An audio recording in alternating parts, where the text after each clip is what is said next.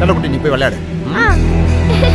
அக்கா இப்பதான் உன்னை பத்தி நாங்க பேசிக்கிட்டு இருக்கோம். பேசிட்டு இருக்கிறதுக்குள்ள வர்றதுக்கு நான் என்ன கடவுளா? அப்படியே வச்சுக்கோ. இந்த குடும்பத்தை பொறுத்த வரைக்கும் அப்படித்தான். வாசு, நீ உங்களுடைய பிசினஸுக்கு உதவி பண்ணலாம்ல? எனக்கு அதெல்லாம் தேவையில்லை. பணம் மனுஷனோட நிம்மதியை கெடுக்கும்னு மாதவியம்மா சொல்லுவாங்க. பாத்தீங்கல்ல, ஒரு இங்க கூட வாசு ஹாஜியாரோட லோடு தெரியல.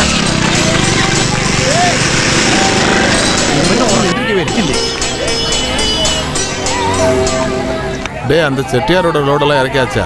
காலையில் வந்த 4 லோட இறக்கியாச்சு. மீதி இருக்கிறது செக் போஸ்ட்ல கிடக்குது. சீஃபார்ம் கொடுத்தா தான் வண்டியை விடுவேன்னு சொன்னதுனால செட்டியாரோட கணக்குள்ள போயிருக்காரு. அதுக்கப்புறம் என்ன எதுன்னு எனக்கு தெரியாது. இதோ இவன் இங்கே தானே இருந்தான்.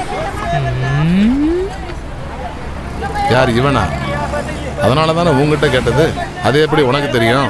உனக்கு இப்போ யூனியன் வேலையெல்லாம் கிடையாது. மற்றவங்களுக்காக வண்டி பிடிச்சி கொடுத்துட்டு இருக்க. இங்க பாருங்க பாய், குமரப்பா ஒரு விஷயம் செய்ய சொன்னா. குமரப்பா உனக்கு தெரியல அந்த ஆள் யார் என்னன்னு தெரிஞ்சுக்கிட்டு இப்படி பண்றிய? நீங்களோ குமரப்பாவோ ஜோசப் அண்ணாவோ ஒரு விஷயத்தை என்கிட்ட சொன்னா என்னால் அதை மறுக்க முடியாது. அது மட்டும் இல்லை, குமரப்பா என்னை எந்த விஷயத்துக்கு கூப்பிட்டாலும் செய்யக்கூடாது எந்த விஷயத்தையும் என்னை செய்ய விடவே மாட்டார்.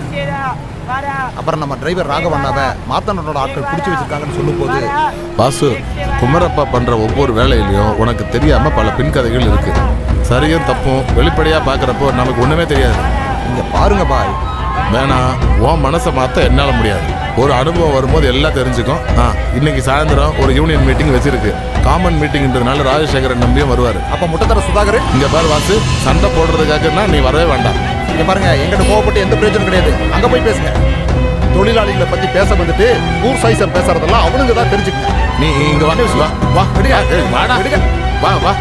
வயிற்றுல குத்த கூடாது. ஒழுங்கு மாதிரியா நான் சொல்றத கேளுடா. என்னத்தை கேட்கறது?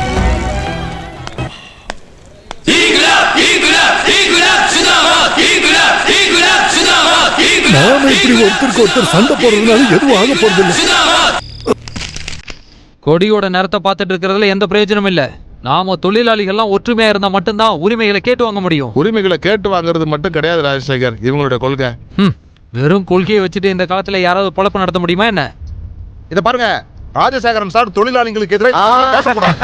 பேசிட்டு இருக்கும்போது இடையில பேசாதயா. தலைவருக்கு என்னையா வேலை? போதும் நிப்பாட்டு. பாரு, இறந்து போன தொழிலாளிகளோட குடும்பத்தோட ஸ்டைஃபன்ஸை இன்க்ரீஸ் பண்றத பத்தி பேசுறதுக்காக தான் இங்க கூடி இருக்கோம். அந்த விஷயத்துல எனக்கு அப்ஜெக்ஷன் இருக்கு. வேலை செய்யற காலத்துல கூலியை வாங்கிட்டு அவங்க செத்து போனதுக்கு அப்புறம் குடும்பத்தை காப்பாத்த பணம் வேணும்னு சொன்ன என்ன அர்த்தம்? இங்க பாருங்க, நாங்க தொழிலாளிங்க கஷ்டப்படுற இந்த பக்கம் தானே கேட்கறோம். நாங்க ஒண்ணு உங்களோட சொந்த சொத்துல பங்கு கேட்கல, தெரிஞ்சுக்கங்க. நிறுத்துங்க, எதுக்கு எடுத்தாலும் வாசு. இங்க பாருங்க, சும்மா ஜம்பு மாதிரி இழுத்துட்டு இருக்காம சீக்கிரமா ஒரு முடிவு பண்ணுங்க.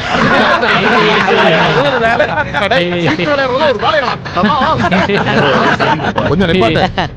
நல்ல வேலையை நான் கண்ட்ரோல் பண்ணீங்க, இல்லைன்னா அவனை ஒரு வழி பண்ணிருப்பேன் இன்னைக்கு. ராஜசேகர், தொழிலாளிங்க இன்னைக்கு செய்யற விஷயங்கள் எதுவுமே நாம ஆரம்பிச்சு வச்சது கிடையாது. காலங்காலமா தொழிலாளிகள் செஞ்சுட்டு வர்ற முறையான விஷயங்கள் தான் அதெல்லாம். கண்டிப்பா அதுல சில மாற்றங்கள் வரணும் தான் நான் சொல்றது. ராஜசேகரன், இப்ப நீங்க பேசுறது உங்க வாயிலிருந்து வர்ற வார்த்தைகளா இல்ல நான் என்ன சொல்றேன்னா அதான் யூனியனோட முடிவும்.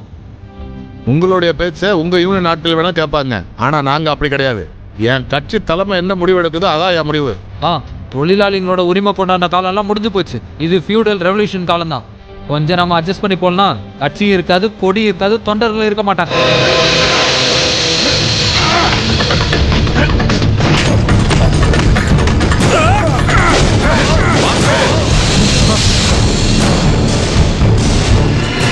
தொழிலாளிகளை பத்தி பேசுறதுக்கு உனக்கு என்ன யோகிதை இருக்கு?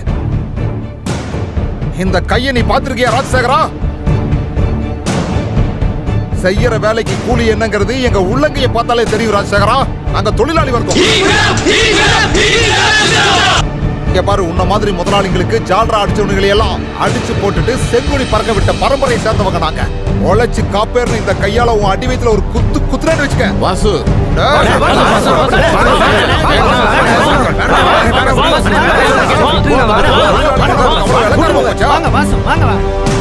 ராஜசேகர், தொழிலாளி வர்க்கம் ஒரு நெருப்பு மாதிரி.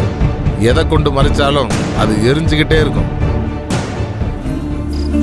ஆமா ஆமா, ஜோதி வந்திருக்கு நேத்து சவுதியில இருந்து. சீக்கிரம் வா, அதான் நாங்க எல்லாரும் பார்க்கலாம்னு வந்திருக்கோம். எங்க கிளம்புறீங்க? சரி சரி. என் செல்ல பிள்ளைங்களா எப்போ வந்தீங்க? வந்தோமா? சத்தத்தை கேட்டு நான் என்னவோ போலீஸ்னு நினைச்சேன். ஆனா பார்த்தாதான் தெரியுது நீங்க. ஆனா போலீஸ்காரங்க இது வரைக்கும் இந்த வீட்டு வாசப்படியை முடிச்சது இல்ல. தங்கி இருக்கிறது மார்க்கெட்டுங்கிறதுனால எந்த போலீஸும் வீட்டுக்கு வந்த பிரயோஜனம் இல்லைன்னு தெரியும். நான் சொன்னதெல்லாம் ஞாபகம் இருக்குல்ல? சரி சரி, நான் அப்புறமா என்ன எஸ்டிடி பூத் இங்க தான் இருந்தியா? வாசு, அம்மா சாப்பிட ஏதாவது இருக்கா? இருக்குமா, இருக்கு கொடுக்குறேன். சுதா, வேடிக்கை பாக்குறத விட்டுட்டு சமையல் கட்டுக்கு வாடி, வேலை இருக்கு. இதோ வரேம்மா. நீங்க பேசிட்டே இருங்க. அம்மா எல்லாரும் சாப்பாடு எடுத்துங்க. வாமா, உனக்கு கிழங்கு தரேன். இந்த ப்ராப்பர்ட்டி பக்கத்துல இருக்க 35 ஏக்கர் நம்ம பதிவு பண்ணிட்டோம்னா வரப்போற எக்ஸ்பிரஸ் ஹைவேல நமக்கு ஃப்ரண்டேஜ் கிடைக்கும். நம்ம சூப்பர் ஸ்பெஷாலிட்டி ஹாஸ்பிட்டல் பிளான்ல ஒரு சில மாற்றங்கள். இத படி, கண்ணை திறந்து நல்ல படி. பாரு, மாதவனை கொலை பண்ணது பெரிய ஆளுங்கன்னு போட்டிருக்கான். இத நல்லா கூட்டி கழிச்சு பாரு. பேலஸும் நம்ம கையை விட்டு போயிடும், தூக்கு கயிறும் நம்ம கழுத்துல விழுந்துரும். நீங்க சும்மா தேவையில்லாம டென்ஷன் ஆகாதீங்க. பேப்பர்ல ஒரு நியூஸ் வந்துருச்சுன்னா இதுக்கு முன்னாடி நம்மள பத்தி நியூஸ் வந்ததே இல்லையான்னு வந்து என்ன பண்ணுச்சு? ஐயோ டேய் சுதாகரா, அந்த வார்த்தையை முழுசா படி. டிவில பிரேக்கிங் ஆக்க போறாங்க. என்ன? Breaking breaking TV breaking news. இது பெரிய பிரச்சனையாகும் நினைக்கிறேன். நான் சந்தேகப்படுறது இந்த கேஸுக்கு பின்னாடி அந்த தாமஸ் தான் இருப்பாருன்னு. யோ, ஜோசிக்கார மாதிரி அனுமானமா சொல்லாம ஏதாவது உருப்படியா யோசனை சொல்லியா? அந்த வழியை நான் சொல்லி தரேன். இனிமே இந்த டீலோட பேரை சொல்லிக்கிட்டு இந்த ஊருக்குள்ளே நீ வரக்கூடாது. எப்படி? உனக்கு சொன்னா புரியாதா? இல்லீகல் பேலஸோட பேரை சொல்லிக்கிட்டு இந்த ஊருக்குள்ள நீ கால வைக்க கூடாது. அத சொல்ல நீ யாரா? ஒரு தடவை இந்த மாதிரி பேசல.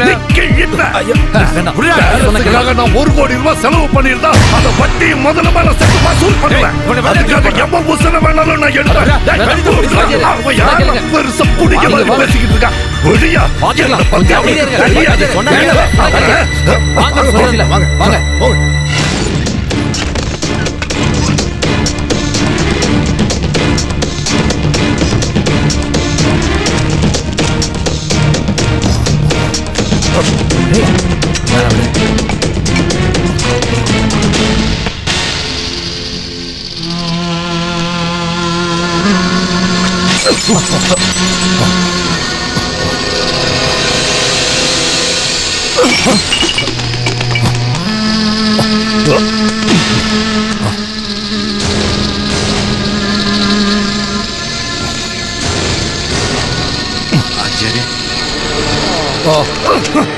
அவன் குமாரப்பனா, நான் அவனுக்கும் அவன் அப்பனுக்கும் அப்பன்.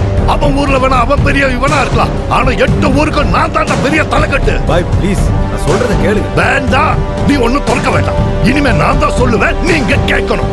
அஜயரா, நீங்க சொல்றது சரிதான். ஆனா குமாரப்பாவை அழிக்கிறதுக்கு நாங்க 1-2 பேர் மனசு வச்சா மட்டும் போதாது.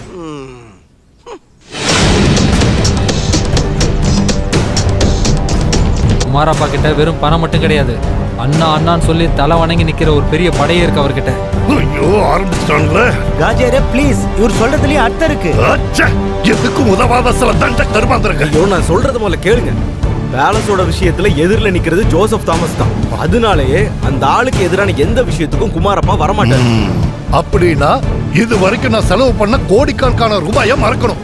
இத சொல்ல நீ எதுக்குடா? ஐயோ, இதனால யாருக்கும் எந்த நஷ்டமும் வராது. ஜோசப் தாமஸ் நம்ம எதிர்த்து நிக்கிறது அண்ணனையே எதிர்த்து நிக்கிற மாதிரி ஆயிடும். இதுல ஏதாவது தப்பு நடந்துச்சுன்னா என்ன நடக்கும்னு நான் சொல்லி உங்களுக்கு தெரிய வேண்டியதில்லை. அதனாலதான் சொல்றேன், நமக்கும் அண்ணனுக்கும் நடுவுல சிகண்டி மாதிரி ஒரு ஆள் தேவை. நேருக்கு நேர் பார்க்காம மோத வைக்கணும். ஆமா, நீ சொல்ல வர்றது யார? வருஷ கணக்கா சாராய கான்ட்ராக்ட பிடிச்சிடணும்னு கனவு கண்டுகிட்டு பார்டருக்கு அந்த பக்கம் ஒருத்த காத்துக்கிட்டு இருக்கான்ல, அவனதான் சொன்னேன். விசு மாதிரி சுத்தி வளைச்சு பேசாம விஷயத்த சொல்லி தொலை.